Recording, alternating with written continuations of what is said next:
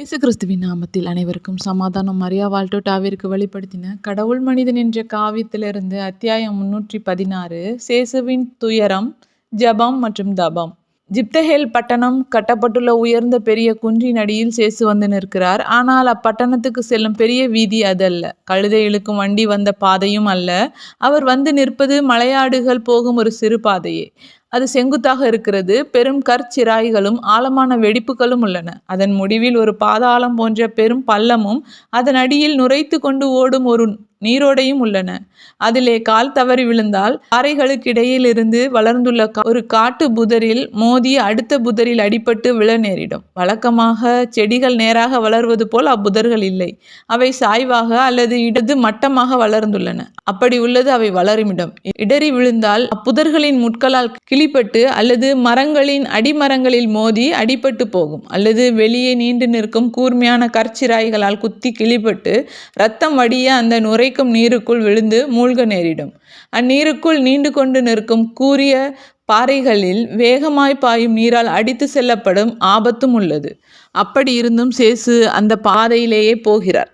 அந்த நீரோடையிலிருந்து நீராவி போல் எழுகிற ஈரத்தினால் அல்லது மேற்பக்கத்தில் நீட்டிக்கொண்டிருக்கிற பாறை பரப்பிலிருந்து அல்லது அந்த செங்குத்தான பக்கத்தின் மீது வளர்ந்திருக்கிற செடிகளில் இருந்து விழுகிற நீர்த்துளிகளினால் அந்த பாதை இன்னும் அதிக ஆபத்துள்ளதாக இருக்கிறது. அவர் மெதுவாகவும் எச்சரிக்கையோடும் தொடர்ந்து போகிறார். கூர்மையான கற்கள் மீது தம் அடிகளை மிக கவனமாக எடுத்து வைக்கிறார். அவற்றில் சில கற்கள் நிலையில்லாமல் பிறழக்கூடியவையாய் இருக்கின்றன. சில சமயங்களில் பாதை ஒடுக்கமாகிற இடங்களில் அவர் மலையோடு ஒட்டியபடி செல்ல வேண்டியதாக இருக்கிறது. சில மிக ஆபத்தான இடங்களை கடந்து போவதற்கு அவர் பாறைகளில் இருந்து தொங்குகிற கிளைகளை பிடித்து கொள்ள வேண்டியுள்ளது. இவ்வாறு அவர் மேற்கு பக்கத்தை சுற்றி கொண்டு போய் மலையின் தெற்கு பக்கத்தை அடைகிறார். அங்கே அந்த மலையானது சிகரத்திலிருந்து செங்குத்தான ஒரு இறக்கத்துக்கு பிறகு மற்ற இடங்களை விட அதிக உட்குழிவான குகை போல் ஆகிறது. இதனால் பாதை சற்று அகலமாக இருக்கிறது. ஆனால் அதன் உயரம் தாழ்வாயிருப்பதால் பாறைகளில் தம் தலையை இடித்து கொள்ளாதபடி சேசு அவ்வப்போது குனிந்து கொள்ள வேண்டியிருக்கிறது. ஒரு நிலச்சரிவின் காரணமாக திடீரென்று பாதை முடிந்து போகிற அந்த இடத்தில் அவர் அநேகமாக தம் நடையை நிறுத்துகிறார். ஆனால் அந்த செங்குத்தான பாறையின் கீழே ஒரு குகை அல்லது ஒரு மலை வெடிப்பு இருப்பதை அவர் காண்கிற போது விழுந்து கிடக்கிற கற்களினூடாக அவர் கீழே இறங்கி அந்த மலை வெடிப்பிற்குள் போகிறார். அது முதலில் ஒரு பாறை வெடிப்பாக இருக்கிறது. ஆனால் உள்பக்கத்தில் ஏதோ ஒரு காரணத்திற்காக மனிதன் ஒரு நீண்ட காலத்திற்கு முன் அந்த மலையில் ஒரு குடைவை ஏற்படுத்தியது போல அங்கே ஒரு பெரிய கெபி இருக்கிறது. பாறையின் இயற்கையான வளைவுகள் மனிதனால் பெரிதாக்கப்பட்டிருப்பதை தெளிவாக காண முடிகிறது. நுழைவாயிலுக்கு எதிர்ப்பக்கத்தில் ஒரு ஒடுக்கமான நடைபாதையும் ஏற்படுத்தப்பட்டுள்ளது. அதன் அற்றத்தில் ஒரு ஒளிக்கீற்று தெரிகிறது. தூரமான காடுகள் தெரிகின்றன. இதிலிருந்து அந்த நடைபாதை மலையின் தெற்கு பகுதியிலிருந்து கிழக்கு பகுதிக்கு அந்த மலையினூடாக வெட்டப்பட்டிருக்கிறது என்பது ஊர்ஜிதமாகிறது. அந்த ஒடுக்கமான அரை இருட்டான மலை துறப்பிற்குள் சேசு போகிறார். அதன் வழியே போய் அதன் மறு திறப்பை அடைகிறார். அந்த திறப்பு ஜிப்தஹேல் வரைக்கும் போகும்படி அப்போஸ்தலர்களோடும் வண்டியோடும் அவர் வந்த சாலைக்கு மேற்கு பக்கம் இருக்கிறது. கலிலேயா ஏரியை சூழ்ந்துள்ள மலைகள் அவருக்கு முன்பாக பள்ளத்தாக்குக்கு அப்பால் இருக்கின்றன. வடகிழக்கில் பெரிய ஹெர்மோன் மலை தனது பனிப்போர்வையில் பிரகாசிக்கிறது. மலையின் பக்கவாட்டில் கரடு முரடான படிக்கட்டுகள் வெட்டப்பட்டுள்ளன. இங்கே மலை அவ்வளவாக செங்குத்தாக இல்லை. அந்த படிக்கட்டுகள் பள்ளத்தாக்கில் இருக்கிற கழுதைகள் செல்லும் பாதைக்கும் ஜிப்தஹேல் ஊர் இருக்கிற மலைக்கும் செல்கின்றன. தமது கண்டுபிடிப்பில் சேசு திருப்தி அடைகிறார். அவர் அந்த பெரிய குகைக்குள் திரும்பி போய் சுற்றிலும் அடைப்புள்ள ஒரு இடம் இருக்கிறதா என்று தேடுகிறார். காற்றால் உள்ளே அடித்து வரப்பட்டு அங்கே கிடக்கிற காய்ந்த இலைகளை அங்கே அவர் குவியலாக சேர்க்கிறார். ஒரு மிக பரிதாபமான தற்காலிக படுக்கை. அவருடைய சரீரத்திற்கும் வெறுமையான பனிக்குளிருள்ள தரைக்கும் இடையே வைக்கப்பட்ட காய்ந்த இதழ்களில் ஒரு மெல்லிய அடுக்கு. அவர் அதன் மீது விழுந்து அப்படியே செயலற்றவராக இருக்கிறார். தம் கரங்களை தலைக்கடியில் வைத்து அவர் தம் சிந்தனையில் கிரகிக்கப்பட்டவராக பாறையாலான மேற்கூரையை பார்த்தபடி படுத்திருக்கிறார். அதன் பின் கேவுதல்களற்ற கண்ணீர் துளிகள் அவருடைய கண்களில் இருந்து பெருக்கெடுக்க தொடங்கி அவருடைய முகத்தின் இரு பக்கத்திலும் வழிந்து அவருடைய காதுகளுக்கு பக்கத்தில் அவருடைய தலைமுடிக்குள் போய் மறைந்து காய்ந்த இலைகளில் விழுகின்றன. இவ்வாறு எதுவும் பேசாமலும் அசையாமலும் நீண்ட நேரத்திற்கு அவர் அழுகிறார். அதன் பின் எழுந்து உட்கார்கிறார். முழங்கால்களை கைகளால் கட்டிக்கொண்டு அவற்றில் தன் தலையை வைத்துக் கொள்கிறார். வெகு தொலைவில் இருக்கிற தன் மாதாவை தம் முழு ஆத்மத்தோடும் கூப்பிடுகிறார். அம்மா, அம்மா, என் மாதாவே, என் நித்திய இனிமையே, ஓஹோ அம்மா, நீங்கள் எப்போதும் என் பக்கத்தில் இருக்க வேண்டுமென்று நான் எவ்வளவோ ஏங்குகிறேன். கடவுளின் ஒரே ஆறுதலாகிய உங்களை நான் ஏன் எப்போதும் என்னோடு கொண்டிருப்பதில்லை? ஒரு பலவீனமான எதிரொலியின் முணுமுணுப்பை கொண்டு அந்த வெறுமையான குகை மட்டுமே அவருடைய வார்த்தைகளுக்கும் கேவுதல்களுக்கும் பதிலளிக்கிறது. அது தனது விளிம்புகள், பாறைகள் மற்றும் நீரால் அதிகமாக அரிக்கப்பட்டிருக்கிற ஒரு மூலையில் கூரையிலிருந்து தொங்கிக் கொண்டிருக்கிற ஒரு சில சிறிய கூரிய பாறைகள் ஆகியவற்றின் மூலமாக தானும் அழுவதாக, கேவுவதாக தோன்றுகிறது. தம் தாயிடம் தாம் செய்த எளிய மன்றாட்டு அவருக்கு ஆறுதல் தந்ததைப் போல இப்போது கூடுதல் அமைதியோடு தான் அழுகிறார். என்றாலும் சேசு தொடர்ந்து அழுது கொண்டுதான் இருக்கிறார். அவருடைய அழுகை மெதுவாக ஒரு புலம்பலாக மாறுகிறது. அவர்கள் போய்விட்டார்கள். ஏன்? இது யார் தவறு? நான் ஏன் அவர்களை இப்படி துக்கப்படுத்த வேண்டும்? மேலும் உலகம் ஒவ்வொரு நாளும் துயரத்தால் என்னை நிரப்புவதால் நானே ஏன் துக்கத்திற்கு உள்ளாக வேண்டும்? யூதாஸ்.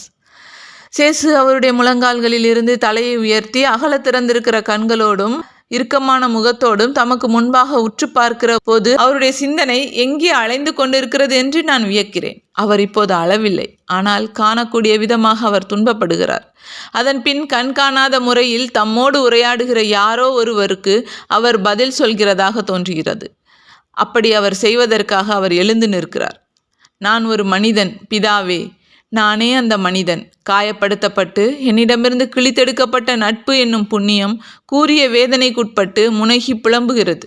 சகல துன்பங்களையும் நான் அனுபவிக்க வேண்டும் என்பது எனக்கு தெரியும். கடவுள் என்ற முறையில் அது எனக்கு தெரியும். கடவுளாக உலகின் நன்மைக்காக அதை நான் விரும்புகிறேன். மனிதனாகவும் இதை நான் அறிந்திருக்கிறேன். ஏனென்றால் என் தெய்வீக இஸ்பிரித்துவானது என் மனுஷீகத்திற்கு இதை அறிவிக்கிறது. மனிதனாகவும் உலகின் நன்மைக்காக நான் இதை விரும்புகிறேன். ஆனாலும் ஓ பிதாவே, இது எப்படிப்பட்ட துயரமாக இருக்கிறது! வனாந்தரத்தில் உம்முடையவும் என்னுடையும் இஸ்பிரித்துவோடு நான் வாழ்ந்த காலத்தை விட இந்த நேரம் மிக அதிக துயரம் நிறைந்ததாக இருக்கிறது. நான் நிரப்பப்பட்டுள்ள ஆழ்ந்த துயரத்தினுடையவும் நான் சமாதானம் அளித்த ஆத்துமங்களின் வாதைகளுடையவும் காரணமாக இருக்கிற யூதாஸ் என்னும் பெயருள்ள அந்த அருவருப்பான நெளிவு சுழிவு நிறைந்த மனித பிறவியை நேசியாமலும் என் பக்கத்தில் வைத்து தாங்கிக் கொள்ளாமலும் இருக்கும்படி எனக்கு வருகிற தற்போதைய சோதனை மிக பலமாயிருக்கிறது. பிதாவே, அதை நான் மனத்தால் உணர்கிறேன். மனுக்குலத்தின் சார்பாக நான் நிறைவேற்றுகிற பாவ பரிகாரத்தின் இறுதி கட்டத்தை நான் நெருங்க நெருங்க நீர் அதிகம் கடுமையாகி கொண்டே வருகிறீர். உமது கருணை என்னிடமிருந்து அதிகம் தொலைவாக நகர்ந்து போய்கொண்டே இருக்கிறது. ஆயிரக்கணக்கான வருடங்களாக உமது தண்டனையால் நான் தாக்கப்பட்டு மனுக்குலம் கிடந்து முனகி கொண்டிருக்கிற பேராழத்திற்குள் அதிகமாக மறுத்து தள்ளப்படுகிற என் இஸ்பிரித்துவுக்கு உமது திருமுகம் அதிகம் கடுமையானதாக தோன்றுகிறது. என் வாழ்வின் தொடக்கத்தில் துன்பப்படுவது எனக்கு இன்பமாயிருந்தது. அப்போது என் வழி இன்பமானதாக இருந்தது. உலகம் உமக்கும் வீழ்ச்சியடைந்த மனிதனுக்கும் இடையே என்னை தருவதற்காக ஒரு தாயிடமிருந்து பீத்தகற்றப்பட்டு தச்சனின் மகன் என்ற நிலையிலிருந்து உலகத்தின் போதகர் என்ற நிலைக்கு நான் மாறியதும் கூட எனக்கு இன்பமாகவே இருந்தது. இந்த தருணத்தோடு ஒப்பிடும்போது வனாந்தரத்தின் சோதனையில் எதிரியோடு போராடியதும் கூட எனக்கு இன்பமாக இருந்தது. சிதைவுறாத முழு பலத்தோடு ஒரு வெற்றி வீரனுக்குரிய துணிச்சலோடு நான் அவனை எதிர்கொண்டேன். ஓ பிதாவே, இப்போது இவ்வளவு அதிகமான மக்களின் அசட்டைத்தனத்தினாலும் இத்தனை அதிகமான காரியங்களை பற்றிய அறிவினாலும் என் பலம் தடுக்கப்பட்டுள்ளது. சோதனை முடிந்தபோது சாத்தான் போய்விடுவான் என்பது எனக்கு தெரிந்திருந்தது. அவனும் போய்விட்டான். உமது திருச்சுதன் ஒரு மனிதனாக பசாசின் சோதனைக்கு உட்பட்டவராக இருந்ததால் அவரை தேற்றும்படி சம்மனசுக்கள் வந்தார்கள். இப்போது என் நண்பர்களை நான் அனுப்பிவிட்டேன். மேலும் நான் அருகில் இருந்தாலும் தொலைவில் இருந்தாலும் என்னை காயப்படுத்துகிற பெரும் பொய்யனான ஒரு நண்பனை என்னோடு கொண்டிருக்கிறேன். எனவே நண்பன் என்ற முறையில் நான் துன்பப்படுகிற இந்த வேலைக்கு பிறகு சோதனை ஓய்ந்து போய்விடாது, அது நின்று போய்விடாது. சமணசுக்கள் இந்த வேலையிலும் இனியும் என்னை தேற்ற வரமாட்டார்கள். ஆனால் உலகம் தன் முழு வெறுப்போடும் முழு பரிகாசத்தோடும் முழு புரிந்து கொள்ளாமையோடும் என்னிடம் வரும். மேலும் சாத்தானுக்கு தன்னை விற்றுவிட்ட காட்டி கொடுப்பவனும் வருவான். பொய்க்காரனாகி அவன் மேலும் அதிக சூது உள்ளவனாகவும் அருவருப்பானவனாகவும் ஆவான். பிதாவே, இது உண்மையாகவே கடும் வேதனையினுடையவும் பயத்தினுடையவும் மன்றாட்டினுடையவும் கூக்குரலாக இருக்கிறது.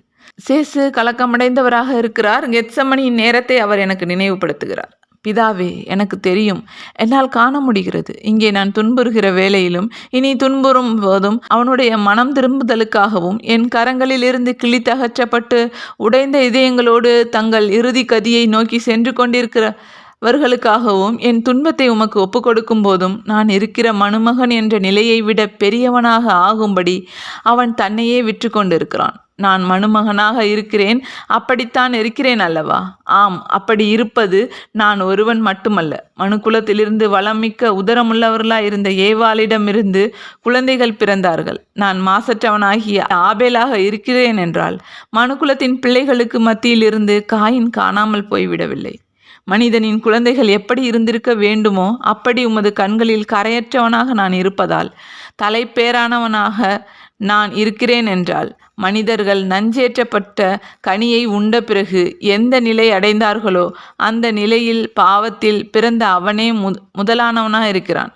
பொய்மை, பகைமை ஆகியவற்றினுடையவும் இரத்த தாகத்தினுடையவும் பணத்தின் மீது பேராசையினுடையவும் ஆங்காரம், காய்மகாரம் ஆகியவற்றினுடையவும் அருவருப்பான தேவ நிந்தனையுள்ள தூண்டுதல்களை இப்போது தன்னுள் கொண்டிருப்பதோடு திருப்தி அடையாதவனாக தான் ஒரு சம்மனசாகக்கூடிய வாய்ப்பு இருந்தாலும் ஒரு பேயாக ஆகும் மனிதனாக இருக்க அவன் பேராவல் கொண்டிருக்கிறான். லூசிபர் கடவுளைப் போல் இருக்க விரும்பினான். அதனால் பரலோகத்திலிருந்து துரத்தப்பட்டு ஒரு பசாசாக மாறி நரகத்தில் வசிப்பவன் ஆனான். ஆனால் பிதாவே, ஓ பிதாவே, நான் அவனை, யூதாசை நேசிக்கிறேன். நான் இன்னும் அவனை நேசிக்கிறேன். அவன் ஒரு மனிதனாக இருக்கிறான். நான் யாருக்காக உம்மை விட்டு பிரிந்து வந்தேனோ அவர்களில் ஒருவனாக அவன் இருக்கிறான். என் தாழ்மையை பார்த்து அவனை இரட்சித்தருளும். அவனை இரட்சிக்க எனக்கு வரம் தாரும். உன்னதரான ஆண்டவரே, இந்த பரிகாரத்தை நான் மற்ற யாரையும் விட அதிகமாக அவனுக்காக ஒப்பு கொடுக்கிறேன். ஓ, சகலத்தையும் அறிந்தவன் நான் என்பதால் நான் கேட்கிற காரியத்தின் பொருத்தமற்ற தன்மையை நான் அறிந்திருக்கிறேன். ஆனாலும் பிதாவே, ஒரு கணத்திற்கு உமது வார்த்தையாகி என்னை நினையாதேயும். நீதி உள்ளவராக இருக்கிறவரின் மனுஷிகத்தை மட்டுமே நோக்கி பாரும். ஒரு கணத்திற்கு உமது வரப்பிரசாதத்தில் இருக்கிற மனிதனாக, எதிர்காலத்தை அறிந்திராத, தன்னைத்தானே ஏமாற்றிக்கொள்ள முடியாத மனிதனாக, தவிர்க்க முடியாத தன் விதியை அறியாதவனாய் உம்மிடமிருந்து ஒரு புதுமையை பறித்தெடுத்து கொள்ளும் முழு நம்பிக்கையோடு ஜெபிக்கும் மனிதனாக நான் இருக்கச் செய்தருளும். ஒரு புதுமை, நாசரேத்து சேசுவுக்கு ஒரு புதுமை. நாம் நித்திய நேசத்திற்குரியவர்களாகிய நாசரேத்து மரியம்மாளின் சேசுவுக்காக ஒரு புதுமை. ஏற்கனவே நியமனம் செய்யப்பட்டிருக்கிறதை மீறி அதை நீக்குகிற புதுமை. யூதாஸின் இரட்சணியம். அவன் என் அருகில் வாழ்ந்திருக்கிறான். என் வார்த்தைகளில் பானம் செய்திருக்கிறான். என்னோடு உணவை பகிர்ந்து கொண்டிருக்கிறான். என் நெஞ்சின் மீது உறங்கி இருக்கிறான். வேண்டாம், அவன் என் சாத்தானாக இருக்க விடாதேயும். காட்டி கொடுக்கப்படாதிருக்கும்படி நான் உம்மிடம் கேட்கவில்லை. அது நடக்க வேண்டும், நடக்கும். விலைக்கு விற்கப்படுவது பற்றிய எனது துக்கத்தினால் நான் சகல பேராசையும் பரிகரிக்கப்படுவது போல் சபிக்கப்படுவதாகிய எனது எல்லா வாதையின் வழியாக சகல தேவதூஷணங்களும் பரிகரிக்கப்படுவது போல சபிக்கப்படுவதாகிய என் வாதையின் மூலமாக எல்லா தேவ நிந்தனைகளும் பரிகாரம் செய்யப்படுவது போல நம்பப்படாதிருக்கிற என் வாதையின் வழியாக விசுவாசமன்றி இருக்கிறவர்களும் இருக்க போகிறவர்களுமான மனிதர்களுக்கு விசுவாசம் அளிக்கப்படுவது போல நான் சாட்டைகளால் அடிக்கப்படுவதால் சரீரம் இச்சைக்குரிய பாவங்கள் அனைத்தும் பரிகரிக்கப்படுவது போல காட்டி கொடுக்கப்படுவதாகிய என்னுடைய துயரத்தால் பொய்மை முழுவதும் பரிகரிக்கப்படுமாறு நான் காட்டி கொடுக்கப்பட வேண்டும். ஆனாலும் நான் உம்மை இறந்து கேட்கிறேன். அவன் என் நண்பனும் அப்போஸ்தலனுமாய் இருக்கிற யூதாஸ் என் சாத்தானாக இருக்க வேண்டாம். யாருமே என்னை காட்டி கொடுக்கிறவனாக இருக்க வேண்டாம் என்று நான் விரும்புகிறேன். யாருமே. வெகு தொலைவில் பூமியின் வடதுருவத்தின் பனிப்பரப்புகளில் வசிக்கிற ஒருவனோ அல்லது வெப்பமண்டல பகுதிகளில் வசிக்கிற ஒருவனோ யாருமே அப்படி இருக்க வேண்டாம். ஏற்கனவே கடந்த காலத்தில் உமது தீச்சுவாலைகளை கொண்டு தகன பலிகளை நீர் பற்றியெறிய செய்தது போல் இப்போதும் நீர் மட்டும் என்னை பலியிடுகிறவராக இரும். ஆயினும் நான் மனிதனின் கையால் சாக வேண்டும் என்பதால் தன்னில் சாத்தானின் துர்நாற்றத்தை கொண்டுள்ளவனும் வல்லமையில் என்னைப் போல் ஆகும் ஆசையில் தன் அகங்காரத்திலும் மோகத்திலும் அவன் சிந்திப்பது இதைத்தான். அதை ஏற்கனவே சுவாசித்து கொண்டிருக்கிறவனும் ஆகிய அழுகலுக்குரிய காட்டி கொடுக்கிற நண்பன் ஒரு உண்மையான கொலைஞனை விட அதிக கொடூரமான கொலைஞனாக இருப்பான் என்பதாலும் பிதாவே, நான் நண்பன் என்று அழைத்து அப்படியே நேசித்தவன் என்னை காட்டி கொடுப்பவனாக இருக்க விடாதேயும். என் வாதையை அதிகரித்தரலும் பிதாவே. ஆனால் யூதாஸின் ஆத்துமத்தை எனக்கு தாரும்.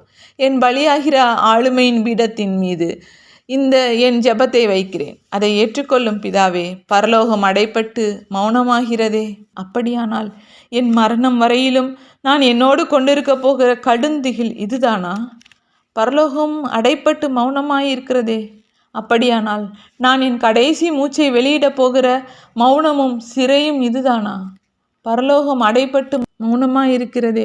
அப்படியானால் வேத சாட்சியானவரின் எல்லாவற்றிலும் பெரிய வாதை இதுதானா? பிதாவே, உமது சித்தப்படியே ஆகட்டும், என் சித்தப்படி அல்ல. ஆயினும் என் துன்பத்தின் காரணமாக குறைந்தபட்சம் இதையாவது எனக்கு தாரும். யூதாஸின் மற்றொரு வேத சாட்சியான எண்டோர் அருளுக்கு சமாதானத்தை தந்தரலும். பிதாவே, அவன் அநேகரை விட கூடுதல் நல்லவனாக இருக்கிறான். ஒரு சிலர் மட்டுமே போக முடிகிற அல்லது எதிர்காலத்தில் போகப் போகிற நீண்ட தூரத்திற்கு அவன் ஏற்கனவே போயிருக்கிறான். இரட்சணியம் அவனுக்கு ஏற்கனவே முழுமையடைந்து விட்டது. ஆதலால் பிதாவே, உம்மை மகிமைப்படுத்துவது, உமக்கு கீழ்ப்படிவது ஆகியவற்றில் நான் செய்ய வேண்டியதும் முழுமையாக நிறைவேறும் போது என் மகிமையில் அவனை நான் கொண்டிருக்கும்படி உமது முழுமையான சமாதானத்தை அவனுக்கு தந்தரலும். சேசு மெதுவாக தன் முழங்காலில் விழுகிறார். இப்போது அவர் முகம் கப்புற தரையில் கிடந்து அழுகிறார். இவ்வாறு அவர் ஜெபிக்கிற வேளையில் குளிர்காலத்தின் குறுகலான பகலின் வெளிச்சம் அந்த இருண்ட குகையில் குறித்த நேரத்திற்கு முன்பே மங்குகிறது. பள்ளத்தாக்கின் நிழல் அதிகம் இருட்டாக மாற நீரோடையின் கர்ஜனை அதிகரிப்பது போல் தோன்றுகிறது. காட்சி முடிகிறது. ஆமென்.